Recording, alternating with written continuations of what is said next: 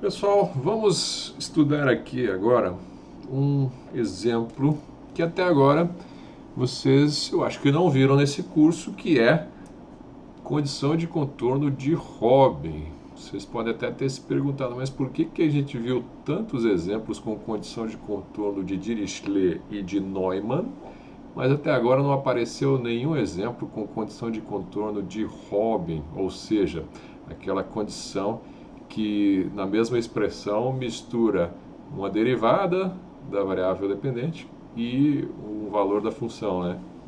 Uma mistura aí de Robin de Dirichlet com Neumann. Então, tem uma razão por que a gente deixou mais para o final dessa sessão, né? E vocês vão entender já por que isso acontece, tá? Eu vou ilustrar esse problema com uma equação do calor.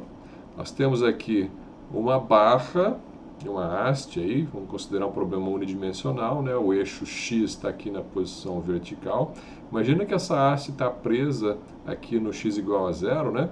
E ela é mantida a uma temperatura de 0 graus. Então, 0 grau, né?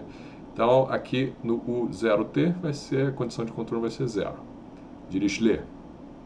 E eu vou aplicar Robin na outra extremidade, que está imersa num fluido, vamos dizer que tem água aqui numa temperatura também de 0 grau, num tanque. E existe a possibilidade de troca de calor entre a barra e a água, ou o ambiente aqui externo, né? Então, a condição de contorno correta para essa situação não é uma condição de Dirichlet. Não vou dizer que o U é de 1,T igual a zero, mas que ele troca calor com o ambiente. Para isso, vou aplicar a lei de resfriamento de Newton e a gente obtém uma condição de contorno de Robin. Isso você já deve ter visto lá no começo do curso, nas deduções das equações. Quem não se lembra, dá uma checada lá. Mas então você obtém a condição de contorno de Robin, né? Derivada de U com relação a x no ponto 1,t mais h de U 1,t igual a zero, onde o h é o coeficiente de intercâmbio térmico, às vezes chamado também de coeficiente de troca de calor. Ele é sempre maior do que zero, uma constante maior do que zero. Então esse problema é modelado assim: você tem a EDP, a equação do calor, entre 0 e 1, para o t maior que zero. Você tem as duas condições de contorno, uma no 0 e outra no 1. Condições de contorno estão separadas, ou seja, tem uma expressão só para o ponto x igual a zero e uma expressão só para o x igual a 1. E nós temos, vamos supor aqui uma condição inicial, uma temperatura inicial na barra dada por uma função f de x, que é seccionamento suave.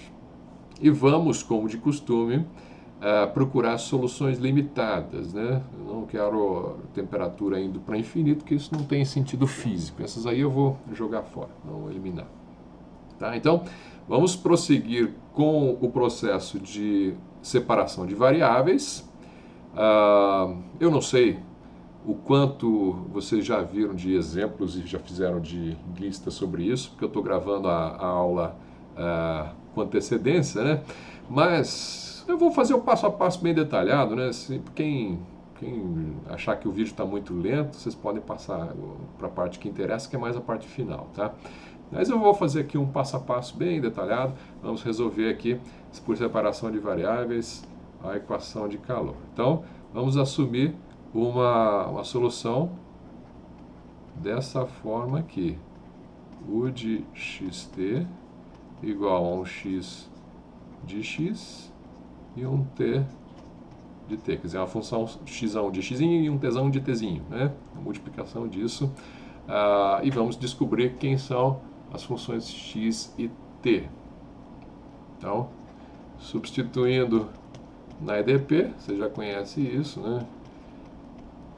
Você vai ter x, U com relação a t, vai ficar x t' igual a alfa ao quadrado, x duas linhas t, né?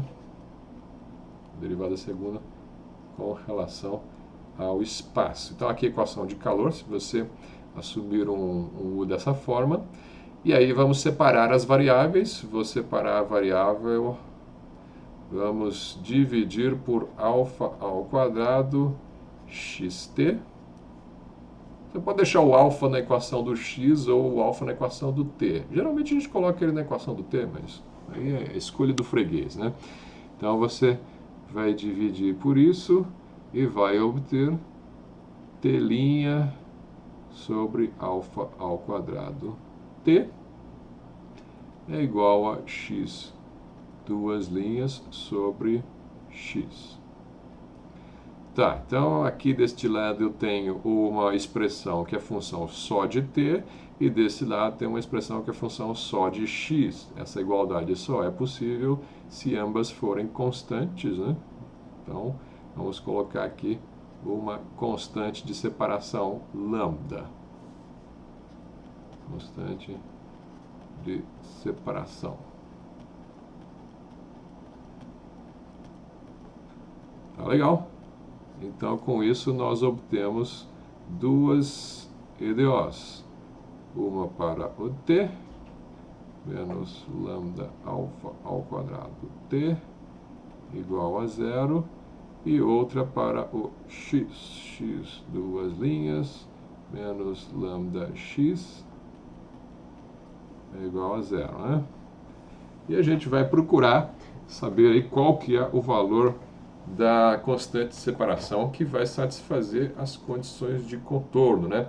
E nesses problemas de separação de variáveis, a gente sempre procura, bom, tudo bem, a gente primeiro separa a variável do EDP e depois o que você vai fazer? Você vai aplicar a condição inicial, vai aplicar a condição de contorno. A gente sempre procura resolver primeiro aquilo que é igual a zero, né? Porque vai ficar muito mais fácil, né? Quando eu colocar aqui, resolver, poderia ser a condição inicial também, joga a condição inicial igual a zero. Nos problemas de valor inicial e de contorno, a gente costuma deixar a condição inicial para o final, tá? Montar uma série de Fourier para elas. Mas, assim, nada impede você aplicar uma ordem diferente às coisas, tá? Você poderia ter um problema de valor de contorno que tem um retângulo aí, que tem 4 condições de contorno, né? Qual que eu vou aplicar primeiro? Eu aplico primeiro aquilo que é igual a zero, que aí eu consigo me livrar das constantes mais facilmente, né? Então, vou procurar saber qual é o valor do lambda que satisfaz não só a EDP, como também as condições de contorno homogêneas inicialmente, tá?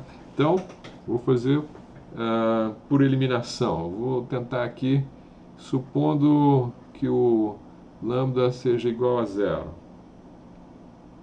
Acho que vamos começar com zero. Se lambda é igual a zero, então você tem t' igual a zero e x duas linhas igual a zero, né? Daqui você tem um t de t igual a uma constante. Daqui você tem um x de x igual a constante vezes x, opa, C2 aqui, né? Mais um C3. Tá, então você tem essa situação. Vamos ver se eu consigo tirar daqui alguma condição, algum valor de constante que satisfaz as condições de contorno sem obter solução trivial, né? Na separação de variáveis eu nunca quero solução trivial, ela não vai me ajudar em nada para resolver a condição inicial. Então, nas condições de contorno, o que você tem? Você tem o U de 0t igual a zero, né? Quem que é o de 0t? O de 0t, bom, estou assumindo uma solução desse tipo, é x de 0, x de 0, t de t, né? T de t, então isso tem que ser igual a zero. Bom, eu não quero t de t igual a zero, porque se eu fizer t de t igual a zero, eu vou obter um u que é igual a zero. Soluções triviais eu não quero, né? Então, para evitar solução trivial, né?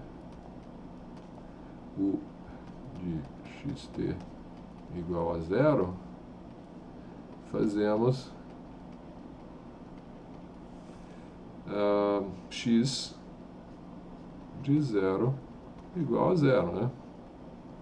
X de 0 igual a zero vai me mostrar que x de 0 é igual a C2 vezes 0 mais C3 igual a zero. Então eu fiquei com C3 igual a zero. Tá, C3 igual a zero.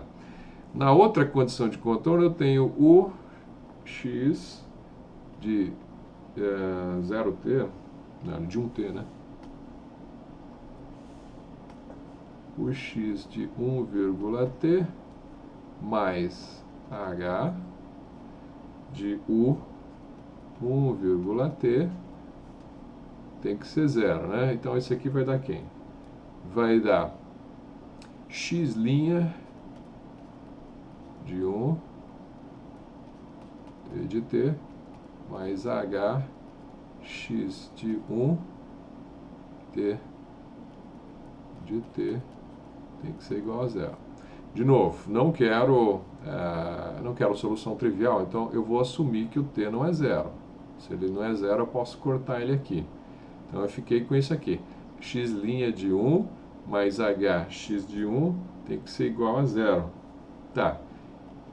Como é que ficou esse então? Quem que é o x' de 1? O x' vai dar C2, né? Então é C2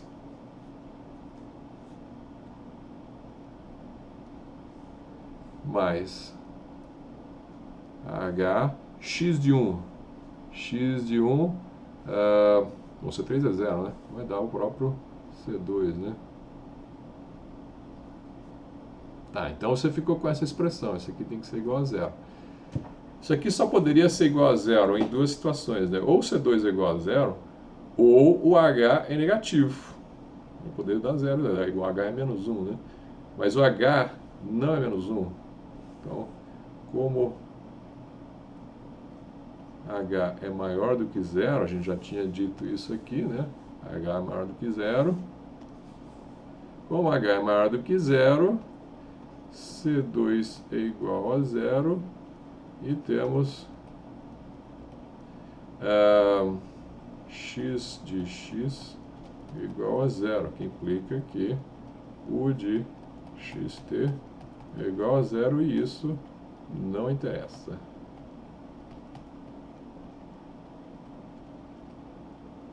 Ele é a solução. A solução trivial satisfaz a EDP, isso nós sabemos, né? Ela satisfaz EDP e satisfaz as condições de contorno. U igual a zero, não precisava nem ter trabalho, né? Você olha aqui, você sabe que U igual a zero satisfaz isso. Só que ela não interessa por quê? Ela não interessa porque ela não vai ajudar em nada nisso aqui, ó. Fazer o U de x,0 igual a f de x. Então, sempre que aparece solução trivial, a gente esquece, né? Vamos pensar em outro canto. Então, no lambda igual a zero, não há soluções de interesse. Vamos lá. Então, vamos para se... vamos fazer um lambda maior do que zero. Lambda maior que zero. Não, eu podia fazer assim, ó. Lambda igual a k ao quadrado para k diferente de zero, né? Por que eu escrevi assim? Porque às vezes aparece uma raiz aí, né, nessas soluções de equações diferenciais, vai ficar raiz de menos lambda, raiz de lambda, né? Para não ficar carregando raiz, eu faço raiz de k ao quadrado, fica só k e tudo bem, né? Tá? Então, bom, eu vou pegar quem? Como que ficam as minhas equações se o lambda é igual a é menor que zero, né? Opa, eu fiz errado aqui, né? Lambda, não, maior que zero, tá certo. Lambda maior que zero, a gente vem para, opa, aqui. Então vai ficar t' menos k ao quadrado alfa ao quadrado t. T' menos k ao quadrado alfa ao quadrado t é igual a zero, é a primeira equação, né? Qual que é a solução dessa equação? T de t é uma constante e elevado a k ao quadrado alfa ao quadrado t. Opa, isso daqui vai dar um expoente positivo, t vai para infinito, então isso aqui diverge em t tendendo a infinito, portanto não interessa. Por que não interessa? Não interessa por causa disso, eu não quero soluções que divergem. Então, das duas, uma, ou essa solução aqui vai para infinito, ou ela vai para zero. Se o x de x for zero, né, ela pode ir para zero. Então, nenhum nem outro me interessa. Então, vamos deixar isso aqui para lá. Não quero solução trivial, não quero solução que diverge. Se lambda, então, a única saída é lambda menor que zero. A priori você não sabe se vai encontrar uma solução do problema, mesmo para o lambda menor que zero. Você tem que fazer para ver, né? esse método aqui de separação de variáveis nem sempre vai funcionar, depende das condições do problema. Esses problemas que nós estamos passando no curso tem solução, né? Mas você descobre isso fazendo mesmo, batendo o olho assim, inicialmente você não vai saber se você tem a solução ou não. Então eu vou fazer o lambda igual a menos k ao quadrado, ele vai ser negativo, né? Com o k diferente de zero.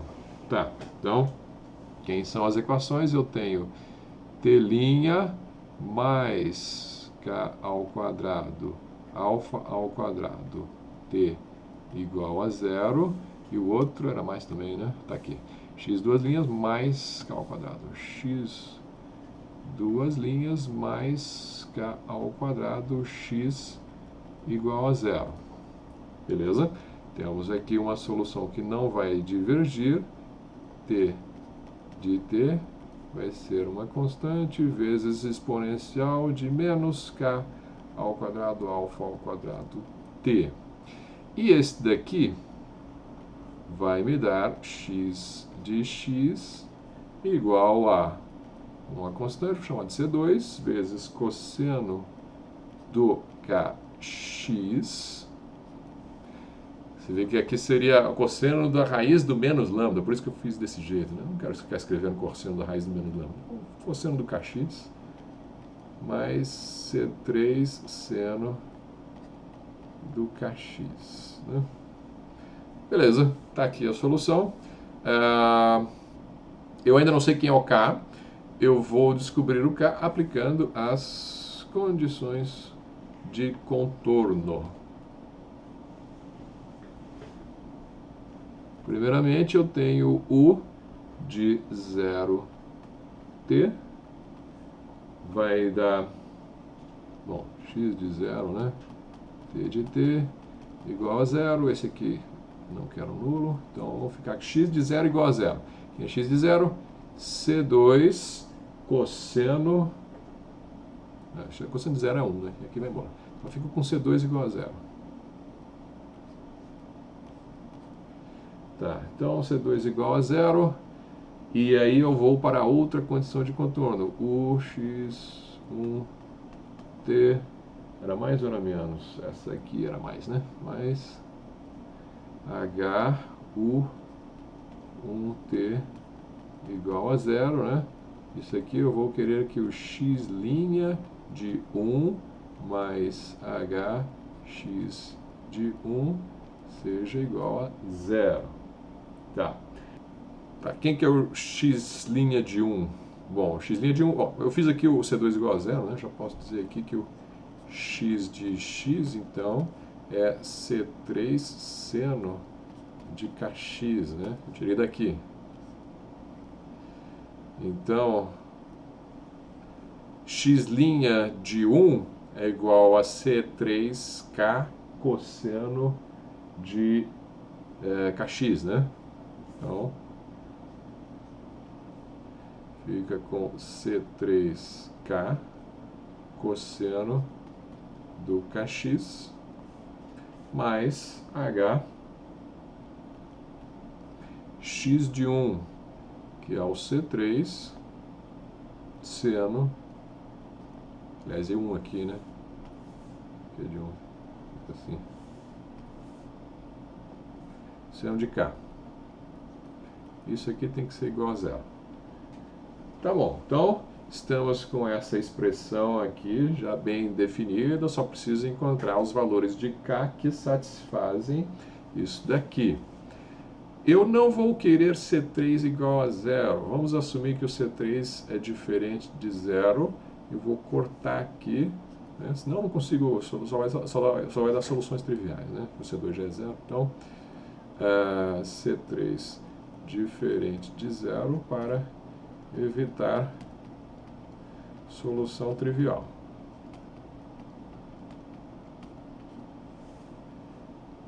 Beleza. Estou com k cosseno k mais h seno k igual a 0. E então, vou colocar ele aqui. Eu vou dividir tudo mundo pelo h, porque eu sei que o h não é 0, né? Vai ficar assim. Cosseno k mais seno K igual a zero. Essa expressão aqui tem solução? Bom, não é fácil de você encontrar soluções, os Ks que satisfazem isso daqui, mas será que existem esses Ks?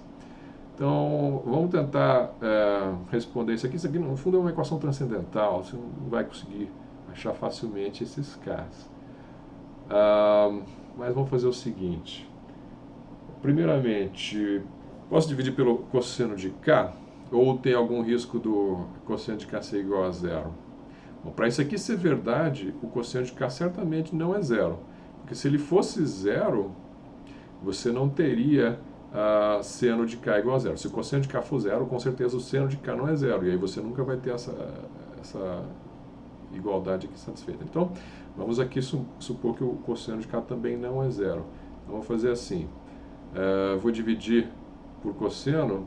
Isso aqui vai me dar tangente de K é igual a menos K sobre H. Fica mais fácil da gente procurar as soluções, saber se existe solução para esse negócio, escrevendo ela nessa forma aqui. Tá? Por quê? Como a equação é transcendental, eu vou procurar simplesmente descobrir graficamente, visualmente. Eu sei plotar a função tangente, sei plotar a função uma reta, né, menos K sobre H. Então, eu vou procurar zeros dessa expressão aqui visualmente. Tá? Não tem como fazer isso aqui, não tenho como dizer aqui analiticamente quais são os valores do K. Mas eu posso dizer, pelo menos, se existe raiz para isso, olhando para os gráficos das funções, e se existe mais de uma raiz. Tá? Esse aqui eu quero saber. Então, temos aqui uma função de K e outra função de K do lado direito. Vamos fazer, então, um gráfico. Então, tá aqui, eu plotei os gráficos da tangente de K em amarelo e do menos K sobre H, essa reta aqui em azul, que estou considerando aqui os valores, desculpa, aqui não é X, aqui é K. Estou plotando o K e então o K, os valores positivos do K, e o H eu sei que é positivo também, então essa reta aqui tem uma inclinação negativa. Então, o que eu estou procurando? Bom, como são os zeros dessa função, são os pontos onde o tangente de K vai dar igual a isso daqui. Então, são os valores de K onde os dois são iguais. Eu vou considerar o K diferente de zero, né? Tá aqui, ó, K diferente de zero. Então, não vai entrar este aqui. Esse aqui esquece. Mas eu vou considerar os próximos, para K diferente de zero, os valores onde as duas funções são iguais. O primeiro valor é esse aqui. Esse aqui eu posso chamar de o quê? K1. Assim, visualmente eu consigo perceber que existem zeros para aquela função. Eu posso não saber te dizer exatamente qual o valor desse K1. Mas eu sei que existe um K1 aqui. Existe um K2 aqui, ó. O ponto de cruzamento. Não, o K seria esse daqui, né? Esse aqui seria o K2. E existe um K3, né? Não sei onde ele está, mas existe, dá para perceber que existe, né? Então, eu consigo encontrar infinitos valores de K, né? Percebemos pelo gráfico que existe um conjunto contável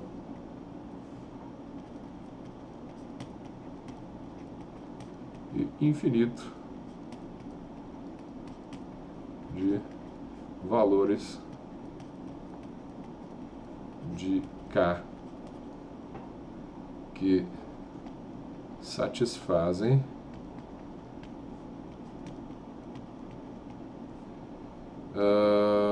asterisco. E quem que é asterisco? Vou chamar isso aqui de asterisco. Tá? Que satisfaz a equação asterisco. O que é um conjunto contável, né? Conjunto contável é um conjunto que pode ser colocado em relação de 1 para 1 com o conjunto dos números naturais. Então, ele é infinito, mas eu consigo contar. Consigo o quê? Consigo deixar ele indexado, né? Eu consigo dar um número, um índicezinho para cada um dos Ks. Então, como é que eu vou montar a resposta para para esse problema aqui, né? A resposta vai ser o seguinte: eu tenho t e tenho x. X é esse aqui, né? X está aqui e o t está aqui. Eu vou substituir k, uma constante, por um conjunto infinito de constantes. Então, vai ser um knzinho aqui, tá? Vai ter um índice. As constantes em si, que multiplicam cada uma das funções, também vou colocar um índicezinho n aqui, porque vai ter uma infinidade delas. E também vou colocar um índicezinho aqui, dando um nome para cada uma das soluções n, tá? Então, o nzinho vai ser um natural que indexa essas soluções. E quem que vai ser o K? Bom, o K eu vou indicar assim, o KN são as soluções positivas para a equação asterisco. Como é que eu acho essas soluções? Na prática você vai achar numericamente, né? Então, assim, usa um método de Newton aí para achar os zeros dessa função aqui, né? Ou consulta, existem tabelas de soluções dessas funções aí, mas naturalmente você ia procurar um método Newton-Raphson, coisa assim, um método numérico para resolver isso daí, tá? Assim, vamos colocar aqui, ó, Tn de t é igual a quem? Eu vou fazer constante C1, vou trocar por constante Cn, né? Cn exponencial de menos Kn alfa nt, menos Kn ao quadrado, alfa é alfa, né? Alfa não precisa indexar. Alfa ao quadrado, t, tá? E xn de x, quem que sobrou? Foi só a função seno, né? Vai ser, agora pôr um dn aqui, seno de knx. dn seno de knx. A gente põe assim, com n natural, 1, 2, 3, etc.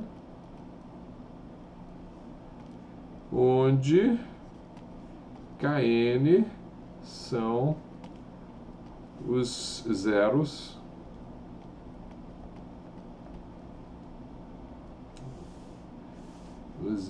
positivos de tangente, como é que é? Tangente de K menos K sobre H. Tangente de K igual a menos K sobre H. Que podem ser obtidos numericamente. Então, aqui no curso, nós não vamos pedir isso para você. Implemente um método Newton para encontrar os zeros. Aí, como é que você faz método Newton? Você tem que sortear aí um conjunto de condições iniciais e aí iterar para ver para onde elas vão convergir, né? Então, digamos que você quisesse 10 valores de K. Não é tão difícil você chutar, né? Porque você sabe mais ou menos onde é que eles estão visualmente, né? O primeiro K está entre 0π, o segundo está entre π e 2π. Então, você chuta um valor aí e ele vai convergir, né? Deve convergir para o valor certo do K. Então esse é um método de Newton fácil de você implementar. Mas vamos deixar isso aí para outra disciplina, né? Aqui nós queremos simplesmente que você tenha uma noção de como você iria se virar se você tivesse que resolver isso aqui como engenheiro, né? Resolver um problema desse aqui na prática, esse problema aqui, né? Na prática, você já sabe. Bom, você vai precisar não só da parte analítica, vai precisar da parte numérica também. Por isso que vocês percebem que a gente deixou a condição de Robin para o final, né, dessa história de separação de variáveis. Porque a condição de Robin, a condição de controle de Robin, ela, via de regra, vai cair num problema desses assim, tá? E você vai ter, então, esse tipo de solução, onde os Ks agora não são mais nπ sobre L, igual antes na série de Fourier tradicional, né? Agora você vai ter um conjunto de soluções desse tipo aqui, tá? Beleza, temos também vou indexar o n, né? O n de xt, que é igual a quem? É o xn de x vezes tn de t. Bom, cn vezes dn, as constantes aqui, eu vou chamar de an. AN E, né, menos KN alfa ao quadrado T vezes seno de KNX. Essas são as infinitas soluções que nós temos que satisfazem o quê? Satisfazem EDP e satisfazem as condições de contorno. Tá? Como é que eu faço para fazer isso satisfazer também a condição inicial?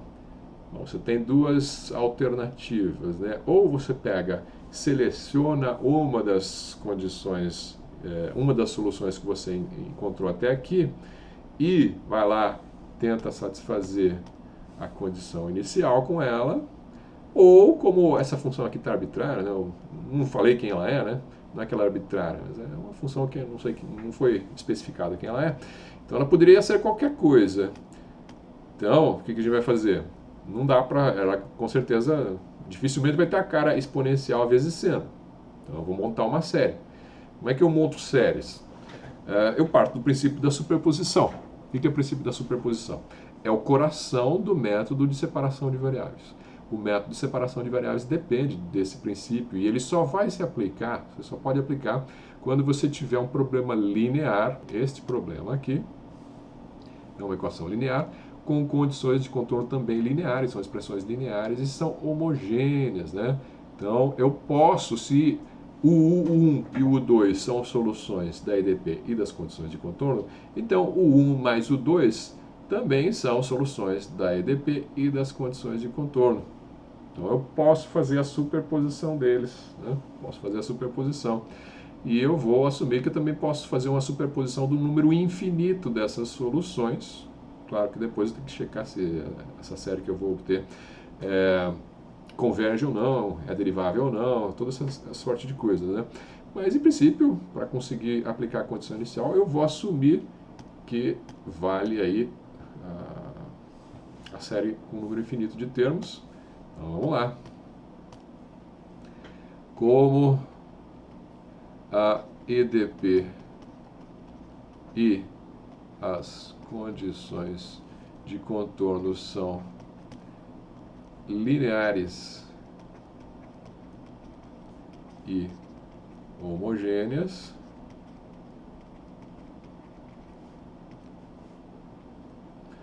vale o princípio da superposição.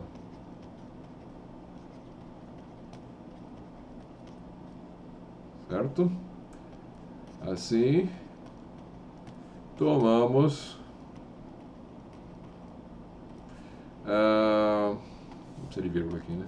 Tomamos U de xt, vou fazer a superposição de todo mundo que eu encontrei. Eles começam no n igual a 1 até o infinito do AN e de menos KN alfa ao quadrado T seno de KNX. Tá? Essa aqui vai ser a solução e eu vou aplicar a condição inicial, a única coisa que falta, né? Na condição inicial, U de x, 0 vai dar esta série seno aqui.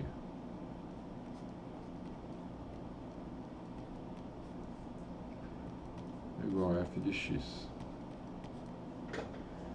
Tá legal, muito bom até aqui, tranquilo, né? Teve uns probleminhas aí no meio do caminho, mas a gente se virou com o computador, usamos métodos numéricos e tá beleza. Agora, o que eu faço a partir daqui, né?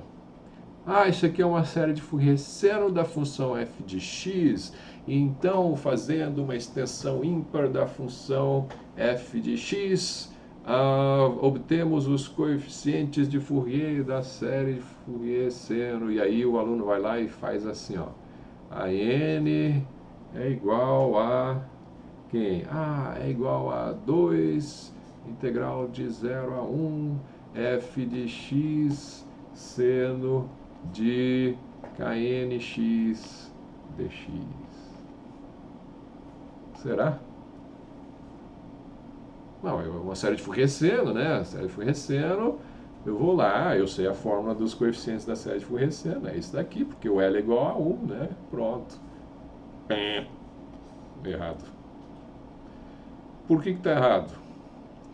Está errado porque isso daqui não aplique esta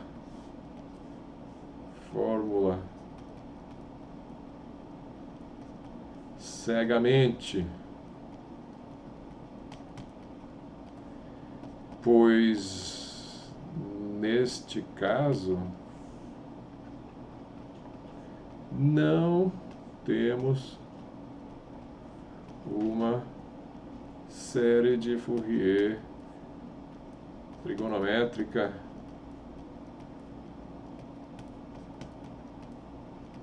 tradicional, uma vez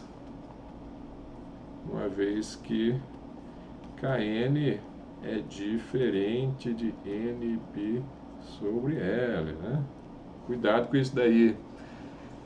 De onde veio essa fórmula aqui, né? Essa fórmula veio de aplicar um produto interno aqui dos dois lados da expressão, né? E você usar a ortogonalidade das funções seno de npx sobre L para se livrar dessa soma aqui. E aí ficou um valor ali que você passou dividindo. Então, pá, chegou nessa expressão por um processo que supôs não, que usou o fato de que seno de npx sobre L é uma família de funções ortogonais. Você usou a ortogonalidade dessas funções. Agora, seno de knx não é seno de npx sobre L. Você não pode usar a mesma relação e obter uma fórmula automática assim. Você tem que primeiro saber se essas funções são ortogonais ou não, né? Porque elas são diferentes das funções que nós tínhamos, com as quais nós estávamos trabalhando anteriormente. Então, o que a gente vai fazer? A gente vai pegar essa expressão aqui, tá? Vou repetir ela aqui. Ficou meio sujo lá em cima, né? Vamos repetir ela daqui.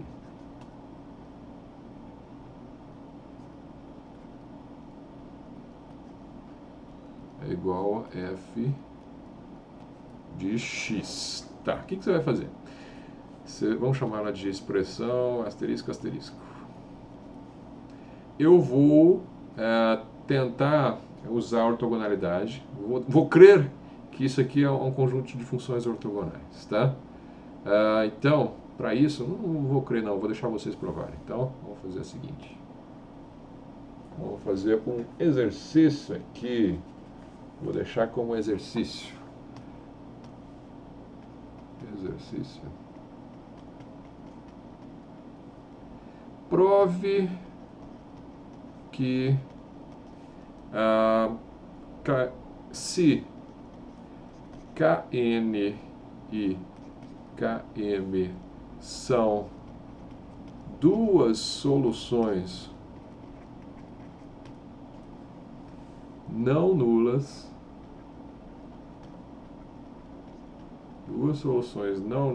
de tangente de K igual a K sobre H, menos isso aqui, né?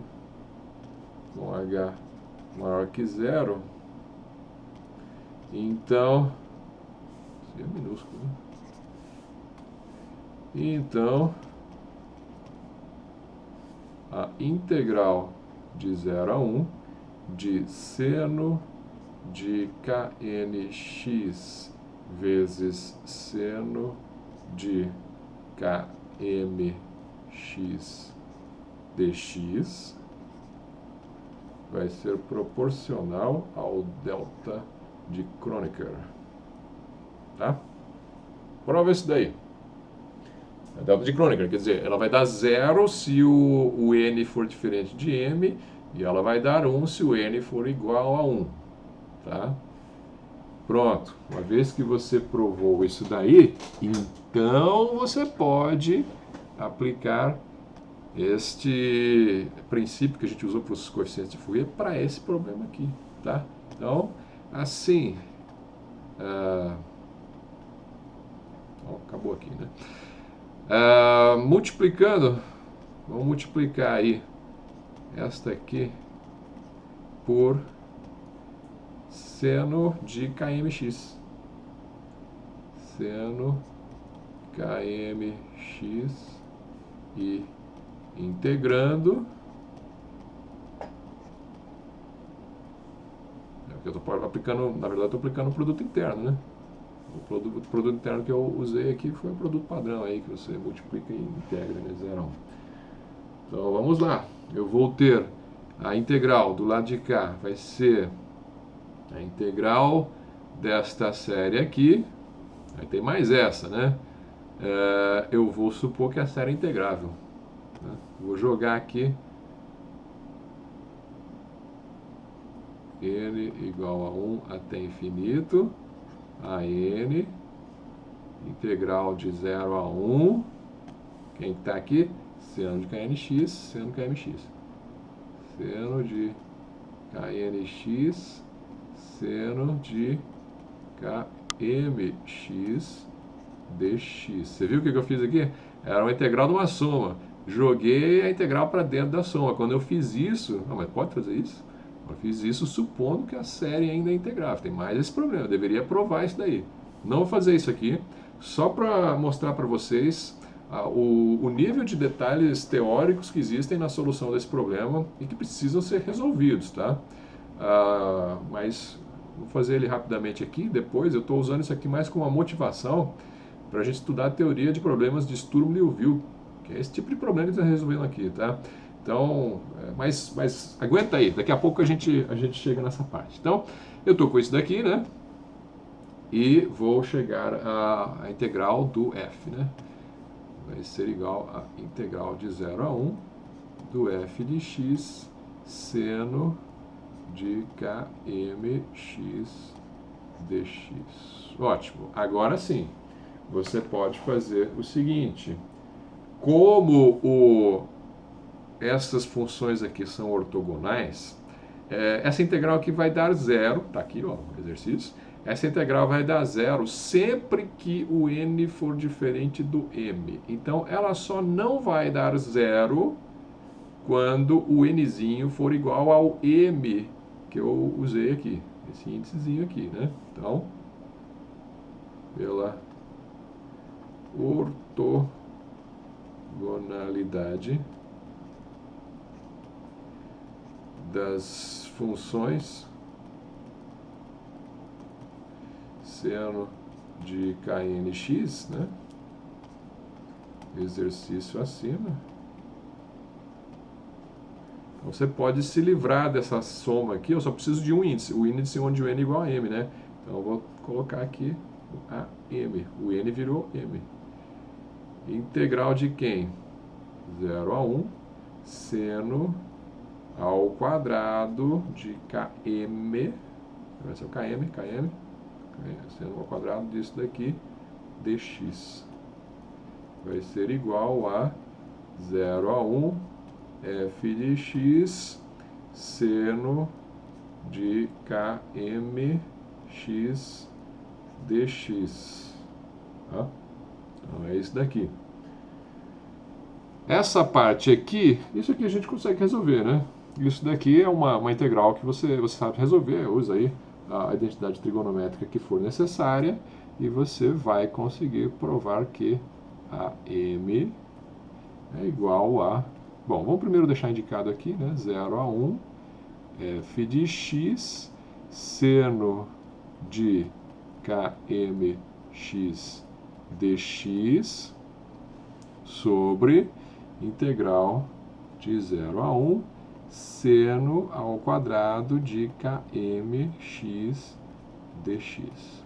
Olha só, compara essa solução aqui com a solução anterior. Aqui, essa que eu tinha riscado. Era 2 vezes isso daqui. De onde vem esse 2? Esse 2 aqui vem na fórmula tradicional, ela vem da integral de 0 a 1 do seno ao quadrado de npx sobre L dx. Né? Aí ia dar 2, dá meio, na verdade, né? Daí você fica assim. Então, aqui não vai dar meio esse denominador, Por quê? Porque aqui não é NPX sobre L. Então, esse daqui você vai ter que fazer essa integral com cuidado e você vai verificar que ela, na verdade, vale 2km sobre km menos cosseno de km seno de km. Um pouquinho mais feio do que antes, né? Mas é o jeito certo. É a realidade, né? F de x seno de kmx dx. Então aqui os coeficientes desta série aqui. Né? Então, o que a gente tem que repensar aqui? Esse exercício teve bastante novidade, né? O processo básico é o mesmo de sempre, tá? Não tem no procedimento, no passo a passo ele é igual, só que eu caí numa condição de contorno de Robin que me levava a uma expressão para o K que eu não conseguia resolver analiticamente. Tive que recorrer a métodos numéricos e antes de recorrer ao método numérico, nem sei se o método numérico vai ter solução, né? Então primeiro eu fiz o gráfico para saber, não, existe, de fato, existem soluções. Então, numa prova, eu quero que vocês me mostrem isso aqui, por quê? Eu quero que você saiba quantas soluções, quais são as soluções, ou que tipo de solução que você tem para aquela expressão, e se você tem uma, duas ou infinitas soluções. Daqui dá para ver que vai ter infinitas soluções, porque essa curva aqui vai se repetindo, né? Então tá, você vai achar isso daí, montou a solução, como sempre, superposição como sempre, aplicou a condição inicial como sempre, chegou aqui. Esta série aqui, você vai ter que fazer o procedimento que você sempre faz também, faz ali o produto interno de um lado e do outro para achar os coeficientes de Fourier. Só que para aplicar esse produto interno, você tem que demonstrar que essas funções que apareceram são ortogonais. E aqui tem um outro problema dos problemas com condição de Robin. Cada condição de Robin que aparecer vai cair numa função dessas diferente. Esse K aqui vai ser diferente para cada problema e você vai ter que fazer uma prova dessas para cada problema e depois você vai ter que calcular uma integral dessas para cada problema. Dá muito mais trabalho. Então, em vez de ficar fazendo essas demonstrações um por um, a gente vai procurar um teorema que seja abrangente o suficiente para que nós possamos, com ele, aplicar o resultado geral, né? E esse teorema, ele vem da teoria de problemas de Sturm-Liouville, que é o tópico do próximo capítulo. Então agora vocês já sabem por que a gente vai estudar o próximo capítulo, tá? É um capítulo um pouco diferente, a gente não vai estar resolvendo equações diferenciais parciais, a gente na verdade vai resolver equações diferenciais ordinárias. Vocês vão ter a sensação de que a gente está voltando para o MAT 32, mas não se preocupe, é necessário que assim seja para que nós possamos resolver séries de Fourier como esta, que é o quê? Não é uma série de Fourier tradicional, é uma série de Fourier generalizada. Generalizada por quê? Porque esse termo aqui tem outro formato, ele não é um termo seno de NPX sobre L, é um seno de alguma coisa x, tá? Então eu preciso de uma teoria mais geral. Essa teoria vai ser a teoria de Sturm-Liouville, ok? Até a próxima então.